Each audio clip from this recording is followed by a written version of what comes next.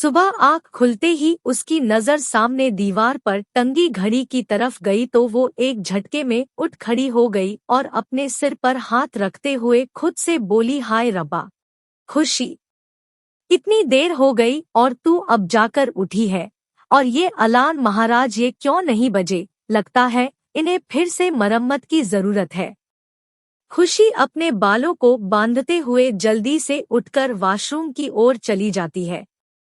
जल्दी से फ्रेश होने के बाद वो किचन में पहुंचती है तो उसकी माँ चाय का प्याला उसकी तरफ बढ़ा देती है, जिसे देखकर खुशी कहती है, हाय रब्बा, आज तो चाय भी आपने खुद से बना ली। अगर मेरी नींद नहीं खुली तो आप मुझे जगा देती। माँ, कभी कभार इंसान लेट उठ जाए तो कोई आसमान नहीं टूट पड़ता। तब माँ ने कहा, पर बेटा कभी कभी बदलाव तो जिंदगी के लिए जरूरी है। खुशी ने बोला, मुझे अपनी जिंदगी में कोई बदला नहीं चाहिए। मैं अपनी जिंदगी में बहुत खुश हूँ। अब मुझे जल्दी से नाश्ता बनाने दीजिए।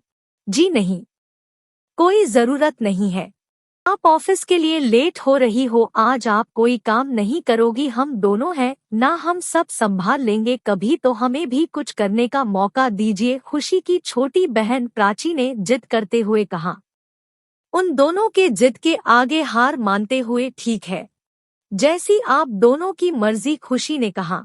खुशी जल्दी से तैयार होकर ऑफिस के लिए निकल जाती है, पर आज तो जैसे उसे हर काम के लिए लेट होना था। उसे कोई ऑटो रिक्शा ही नहीं मिल रहा था। वो झुंझलाते हुए खुद से बोली, आज तो दिन की शुरुआत ही गलत हुई है, एक काम भी ठीक से नहीं हो रहा। तभी सामने से आते ऑटो रिक्शा को देखकर उसे राहत मिली। जल्दी से ऑटो में बैठते हुए उसने कहा, भैया, मीरा रोड चलो। तभी दूसरी तरफ से एक लड़का ऑटो में बैठते हुए बोला, भैया, कार्टर रोड चलो। ये रोड मीरा रोड के बिल्कुल ऑपोजिट था, इसलिए खुशी ने जल्दी से कहा, भैया, पहले ऑटो में मैं बैठी थी तो पहले मीरा रोड चलिए, बाद में इन्हें छोड़ दीजिएगा।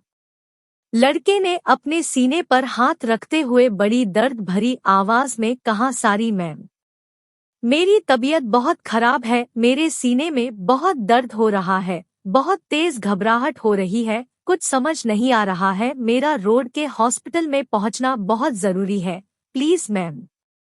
उसके दर्द को देखते हुए खुशी ने कहा, भैया, पहले कार्टर रोड ही ले चलिए। कार्टर रोड पहुंचते ही लड़के ने कहा, बस भैया यही उतार दीजिए। खुशी, लेकिन यहाँ तो आस-पास कोई हॉस्पिटल नहीं है, आप हॉस्पिटल तक ऑटो से ही चले जाइए।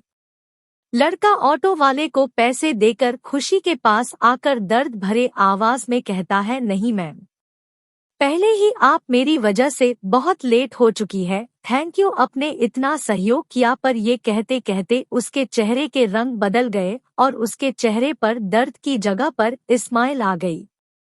एंड सारी, मैंने आपसे झूठ बोला है, कहते हुए उसने खुशी की तरफ देखते हुए आई विंक कर दी और हंसते हुए वहां से खुशी की आंखों से ओझल हो गया।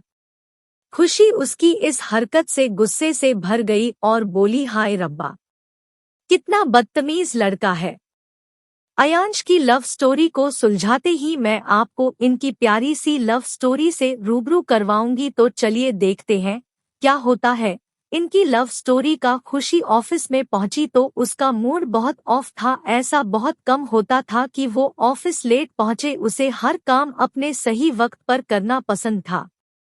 आज एक तो वो बहुत लेट हो चुकी थी और दूसरा उस लड़के के बारे में सोचकर उसे खुद पर ही गुस्सा आ रहा था। क्या हुआ? मूड इतना उखड़ा हुआ क्यों है?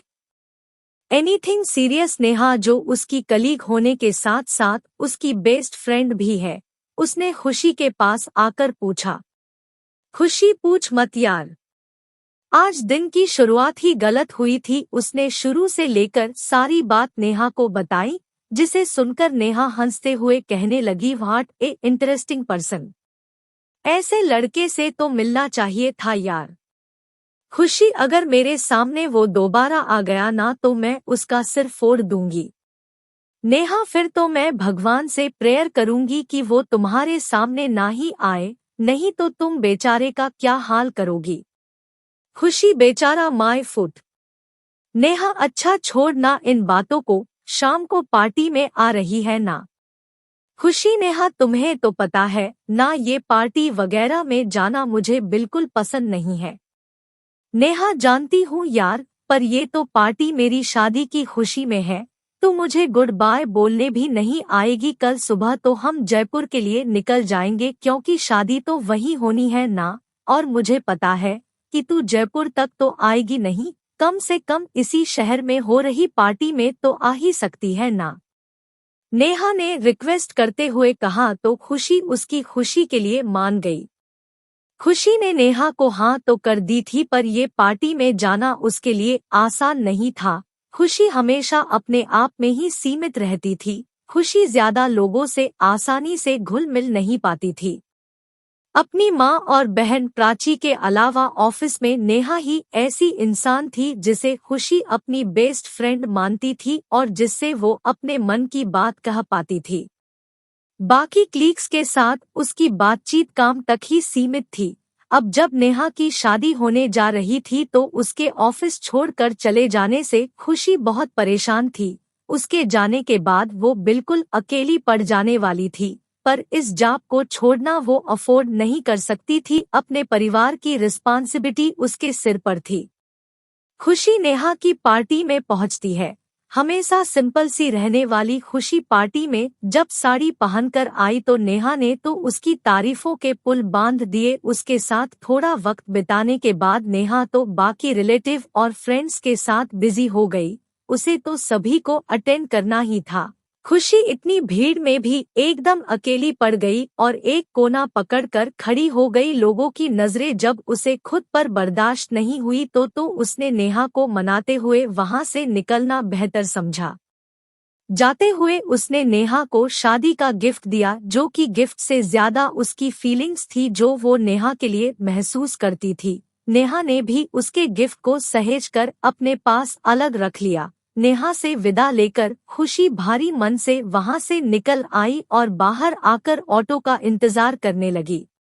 जब थोड़ी देर में ऑटो नहीं मिला तो उसे फिर से उसके मन में सुबह वाली बात ताजा हो उठी और उसका मन गुस्से से भर गया और वो खुद से कहने लगी, नहीं खुशी, तुझे यहाँ आना ही नहीं चाहिए था। कुछ ही पलों बाद उसके बिल्कुल सामने तेजी से आते हुए एक बाइक रुकी। उसके अचानक रुकने से खुशी का दिल तो जैसे निकलकर बाहर आने को तैयार हो गया। उसने बड़ी मुश्किल से कंट्रोल किया ही था कि बाइक वाले की आवाज सुनाई दी, हेलो ब्यूटीफुल। ये सुनकर खुशी के चेहरे पर हैरानी और गुस्से के भाव आ गए।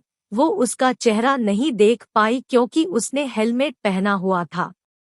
खुशी उससे बहस न करते हुए थोड़ा आगे जाकर नजरें फेर कर खड़ी हो गई तो बाइक वाले ने फिर से बाइक को आगे बढ़ाते हुए उसके पास आकर बाइक रोक ली और हेलमेट हटाते हुए कहा, हेलो, पहचाना मुझे? उसे देखकर खुशी का गुस्सा सातवें आसमान पर पहुंच गया क्योंकि ये वही ऑटो वाला लड़का था। लड़के ने उसके चेहरे के आगे हाथ हिलाते हुए कहा, हाय, कहाँ खो गई? तुम चाहो तो मैं लिफ्ट दे सकता हूँ।